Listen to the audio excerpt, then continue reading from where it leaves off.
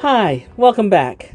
My name's MyLinda Butterworth, and today we're going to continue reading The Life and Adventures of Santa Claus by L. Frank Baum.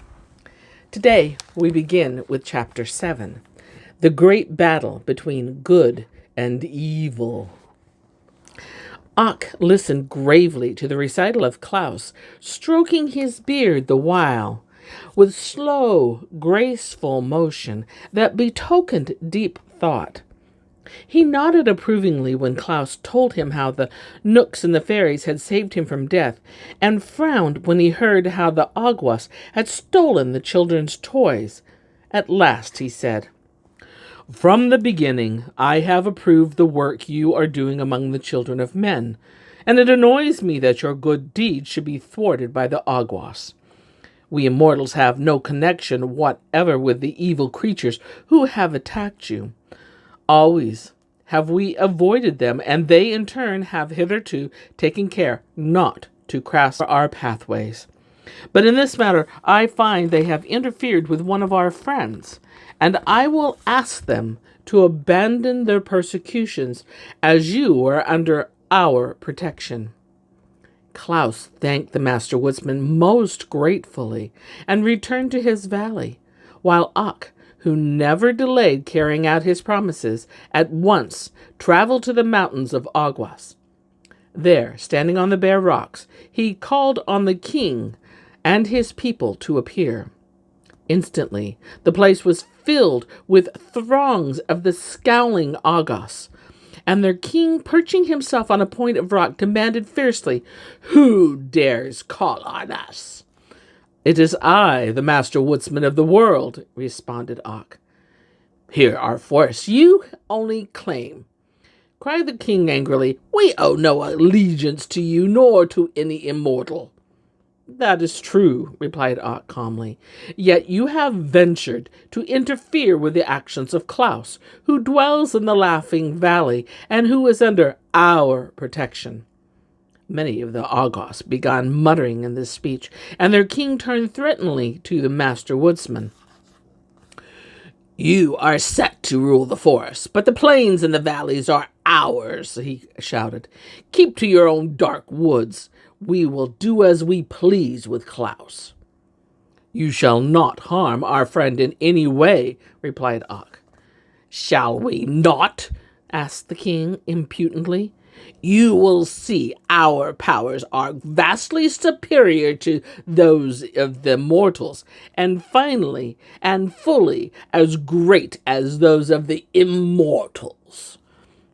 "It is your conceit that misleads you," Ock said sternly. "You are a transient race, passing from life into nothingness. We who live forever pity but despise you.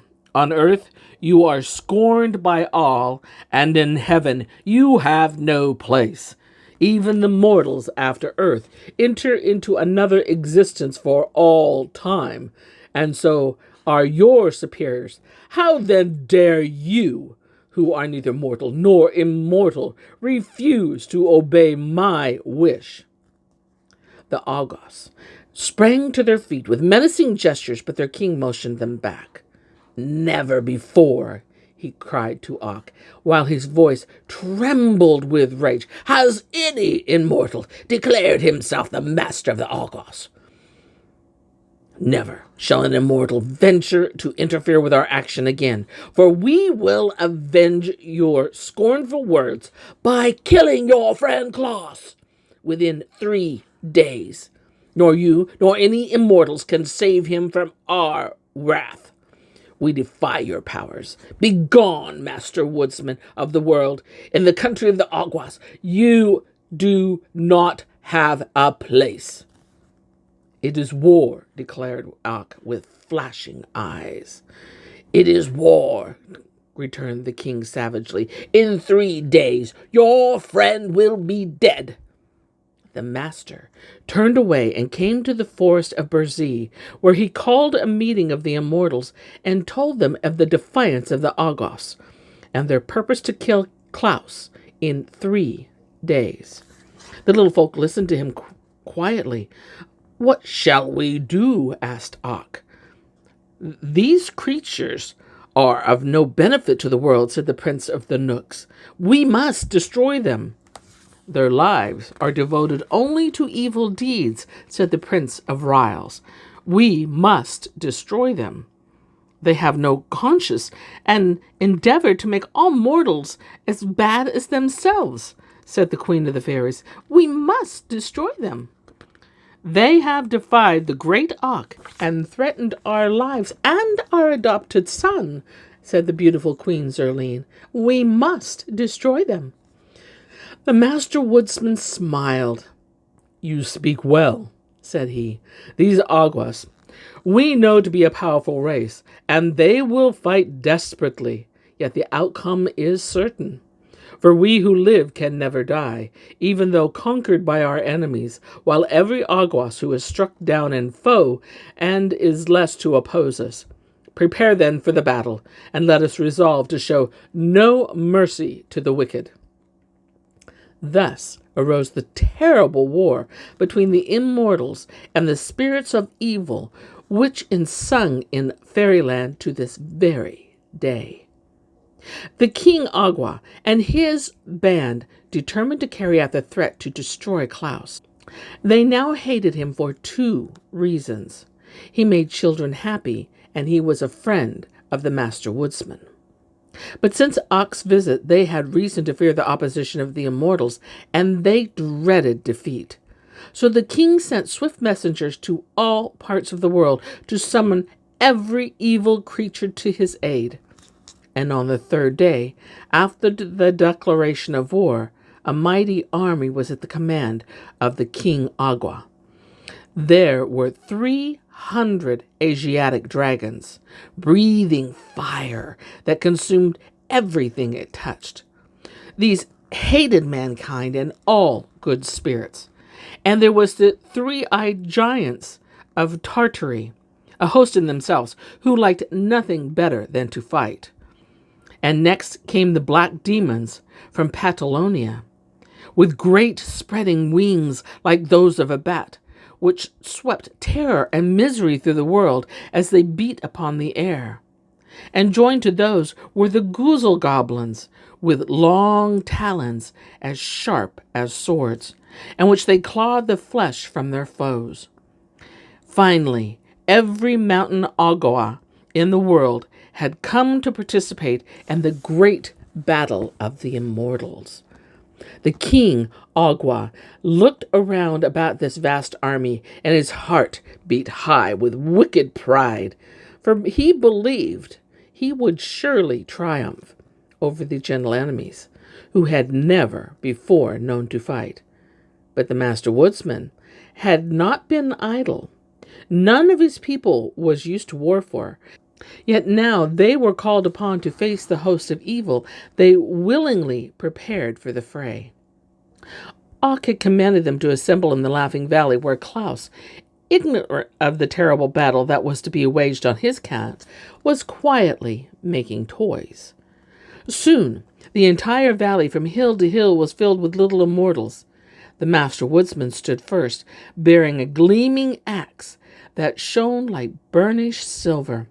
Next came the Riles, armed with sharp thorns from bramble bushes. Then the Knooks, bearing the spears they used when they were forcing to prod the savage beast. The fairies, dressed in white gauze with rainbow-hued wings, bore golden wands, and the wood nymphs, in their uniforms of oak leaf green, carried switches from ash trees as weapons. Loud laughed the Awgwa king when he beheld the size of the armies of his foes. To be sure, the mighty axe of the woodsman was to be dreaded, but the sweet-faced nymphs and the pretty fairies, the gentle Riles and the crooked Knooks, were such harmless folk that he almost felt shame at having called such a terrible host to oppose them. "Since these fools dare fight," he said to the leader of the Tartary giants, "I will overwhelm them with evil power." To begin the battle, he posed a great stone in his left hand and cast it full against the sturdy form of the Master Woodsman, who turned it aside with his axe. Then rushed the three-eyed giants of Tartary upon the Knooks, and the Guzzle-goblins upon the Ryls, and the fire-breathing dragons upon the sweet fairies, because the nymphs were Ock's own people. The band of Awgas sought them out, thinking to overwhelm them with ease. But it is the law that while evil, unopposed, may accomplish terrible deeds, the powers of good can never be overthrown when opposed to evil. Well had it been for the King Agua had he known the law. His ignorance cost him his existence, for one flash of the axe borne by the master woodsman of the world cleft the wicked king in twain, and rid the earth of the vilest creature it ever contained. Greatly marveled the Tartaric giants when the spears of the little Knooks pierced their thick walls of flesh and sent them reeling to the ground with howls of agony. Woe came upon the sharp-taloned goblins when the thorns of the Ryls reached their savage hearts and let their lifeblood sprinkle on the plain. And afterwards, from every drop a thistle grows. The dragons paused, astonished, before the fairy wands, from whence rushed a power that caused their fiery breath to flow back into themselves, so that they shriveled away and died. As for the Awgas, they had scant time to realize how they were destroyed, for the ash switches of the nymphs bore a charm unknown to the Agua, and turned their foes into clods of earth at the slightest touch. When Ock leaned upon his gleaming axe and turned to look over the field of battle, he saw the few giants who were able to run disappearing over the distant hills on their return to Tartary. The goblins had perished every one, as had the terrible dragons, while all that remained of the wicked Agua was a great number of earthen hillocks dotting the plain. And now the immortals melted from the valley like a dew at sunrise to resume their duties in the forest, while Ock walked slowly and thoughtfully to the house of Klaus and entered. "You have many toys ready for the children," said the woodsman, "and now you may carry them across the plain to the dwellings and the villages with no fear." "Will not the Awgas harm me?" asked Klaus eagerly. "The Awgas," said Ock, "have perished." Now I will gladly have done with wicked spirits, and with fighting and bloodshed. It was not from choice that I told of the Awgas and their allies of the great battle with the immortals. They were part of history, and it could not be avoided. Chapter 8. The First Journey with the Reindeer. Those were happy days for Klaus when he carried his accumulation of toys to the children who had awaited them so long. During his imprisonment in the valley, he had been so industrious that all the shelves were filled with playthings, and after quickly supplying the little ones living nearby, he saw he must extend his travels to wider fields. Remembering the time when he had journeyed with Ock through all the world, he knew children were everywhere, and he longed to make as many as possible happy with his gifts. So he loaded a great sack with all kinds of toys, slung it over his back that he might carry it more easily, and started off on a longer trip than he had yet undertaken. Whenever he showed his merry face in hamlet or in farmhouse, he received a cordial welcome, for his fame had spread across the far lands. At each village, the children swarmed about him, following his footsteps wherever he went, and the women thanked him gratefully for the joy he brought their little ones, and the men looked upon him curiously that he should devote his time to such a queer occupation as toy-making. But everyone smiled on him and gave him kindly words, and Klaus felt amply repaid for his long journey. When the sack was empty, he went back again to the Laughing Valley, and once more filled it again to the brim. This time he followed another road into a different part of the country, and carried happiness to many children who never before had owned a toy, or guessed that such a delightful plaything even existed. After a third journey, so far away that Klaus was many days walking the distance, the store of toys became exhausted, and without delay, he set about making a fresh supply. From seeing so many children and studying their tastes, he had acquired several new ideas for toys. The dollies were, he had found, the most delightful of all playthings for babies and little girls, and often those who could not say dolly would call them a doll in their sweet baby talk. So Klaus resolved to make dolls of all sizes and to dress them in bright-colored clothing. The older boys, and even some of the girls, loved the images of animals, so he made cats and elephants and horses, and many of the little fellows had musical natures and longed for drums and cymbals and whistles and other musical instruments. So he made a number of toy drums with tiny sticks to beat them with, and he made whistles from the willow trees, and horns from the bog reeds, and cymbals from bits of beaten metal. All this kept him busily at work, and before he realized it, it was the winter season, with deeper snows than usual, and he knew that he could not leave the valley with his heavy pack.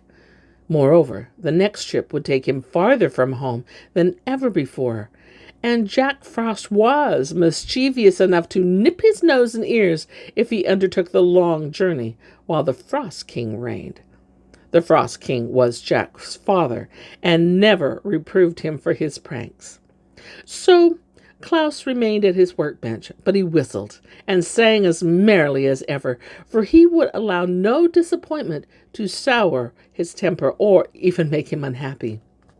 One bright morning, he looked from his window and saw two of the deer he had known in the forest walking towards his house.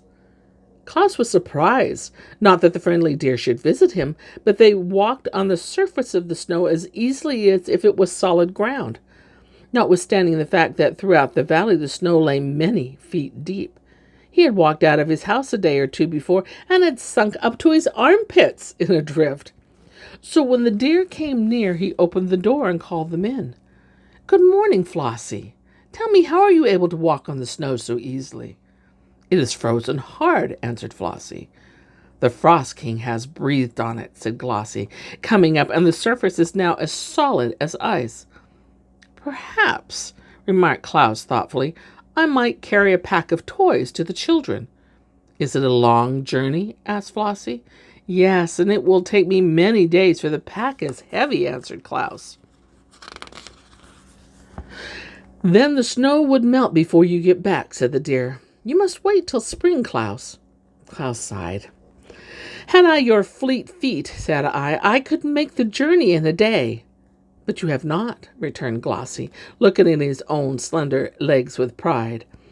"Perhaps I could ride upon your back," Klaus ventured to remark after a pause. "Oh, no. Our backs are not strong enough to bear your weight," said Flossie decidedly. "But if you had a sledge and could harness it, we might draw you easily in your pack as well." "I'll make a sledge!" exclaimed Klaus. "Will you agree to draw me if I do?" "Well," replied Flossie, "we must first go and ask the Knooks, who are our guardians, for permission. But if they consent and you can make a sledge and a harness, we will gladly assist you." "Then go at once," said Klaus. "I am sure the friendly Knooks will give me their consent, and by the time you are back, I shall be ready to harness you to a sledge." Flossie and Glossie, being deer of much intelligence, had long wished to see the great world, so they gladly ran over the frozen snow to ask the Knooks if they might carry Klaus on his journey. Meantime, the toy maker hurriedly began the construction of a sledge, using material from his woodpile. He made 2 long runners that turned up in the front, and across these nailed short boards to make a platform. It was soon completed, but it was rude in appearance, as it was possible for a sledge to be. The harness was more difficult to prepare, but Klaus twisted strong cords together and knotted them so that they would fit around the necks of the deer in the shape of a collar. From these ran other cords to fasten the deer to the front of the sledge. Before the work was completed, Glossie and Flossie were back from the forest, and having been granted permission by Will Knook to make the journey with the Klaus, provided they would return to Burzee by daybreak the next morning. "That is not a very long time," said Flossie, "but we are swift and strong, and if we get started by this evening, we can travel many miles during the night." Klaus decided to make the attempt, so he hurried his preparations as fast as possible. After a time, he fastened the collars around the necks of his steeds and harnessed them to his rude sledge. Then he placed a stool on the little platform to serve as a seat and filled a sack with his prettiest toys. "How do you intend to guide us?" asked Glossie. "We have never been out of the forest before, except to visit your house, so we will not know the way." Klaus thought about this for a moment. Then he brought more cords and fastened them to the two of them to the spreading antlers of each deer, one on the right and one on the left. "These will be my reins," said Klaus, "and when I pull them to the right or to the left, you must go in that direction. If I do not pull the reins, then you just go straight ahead." "Very well," answered Glossie and Flossie, and then they asked, "Are you ready?" Klaus seated himself upon the stool, placed the sack of toys at his feet, and then gathered up the reins. "All ready," he exclaimed. "Away we go." The deer leaned forward and lifted their slender limbs, and the next moment away flew the sledge over the frozen snow. The swiftness of the motion surprised Klaus, for in a few strides they were across the valley and gliding over the broad plain beyond. The day had melted into evening by the time they started, for swiftly as Klaus had worked, many hours had been consumed on making his preparations. But the moon shone brightly to light their way, and Klaus soon decided it was just as pleasant to travel by night as by day. The deer liked it better, for although they wished to see something of the world, they were timid about meeting men, and now all the dwellers in the towns and farmhouses were sound asleep and could not see them. Away and away they sped, and on over the hills and through the valleys and across the plains until they reached a village where Klaus had never been before. Here he called on them to stop, and they immediately obeyed. But a new difficulty presented itself, for the people had locked their doors when they went to bed, and Klaus found he could not enter the houses to leave his toys. "I'm afraid, my friends, we have made our journey for nothing," said he, "for I shall be obliged to carry my playthings back home again without giving them to the children of this village." "What's the matter?" asked Flossie. "The doors are locked," answered Klaus. I cannot get in." Flossie looked around in the houses. The snow was quite deep in the village, and just before them was a roof only a few feet above the sledge. A broad chimney, which seemed to Glossie big enough to admit Klaus, was at the peak of the roof. "Why don't you climb down the chimney?" asked Glossie. Klaus looked at it. "That would be easy enough if I were on top of the roof," he answered. "Then hold fast, and we will take you there," said the deer. And they gave one bound to the roof and landed besides the big chimney. "Then hold fast, and we will take you there," said the deer. And they gave a... "Good," cried Klaus, well pleased, and he slung the pack of toys over his shoulder and got into the chimney. There was plenty of soot on the bricks, but he did not mind that, and by placing his hands and knees against the sides, he crept downward until he reached the fireplace. Leaping lightning over the smoldering coals, he found himself in a large sitting room where a dim light was burning. From this room, two doorways led into two smaller chambers. In one, a woman lay asleep, with a baby beside her in a crib. Klaus laughed, but he did not laugh aloud for fear of waking the baby. Then he slipped a big doll from his pack and laid it in the crib. The little one smiled as if he dreamed of the pretty plaything it was going to find in the morrow. And Klaus, he crept softly from the room and entered at the other doorway. Here were two boys fast asleep, with their arms around each other's necks. Klaus gazed at them lovingly a moment, and then placed upon the bed a drum, two horns, and a wooden elephant. He did not linger now, but his work in this house was done, but climbed the chimney again and seated himself on his sledge. "Can you find me another chimney?" he asked the deer. "Easily enough," said Glossie and Flossie. Down to the edge of the roof they raced, and then, without pausing, leaped through the air to land on the top of the next building, where a huge old-fashioned chimney stood. "Don't be so long this time," called Flossie, "or shall never get back to the forest by daybreak." Klaus made a trip down this chimney also, and found 5 children sleeping in the house, all of whom were quickly supplied with toys.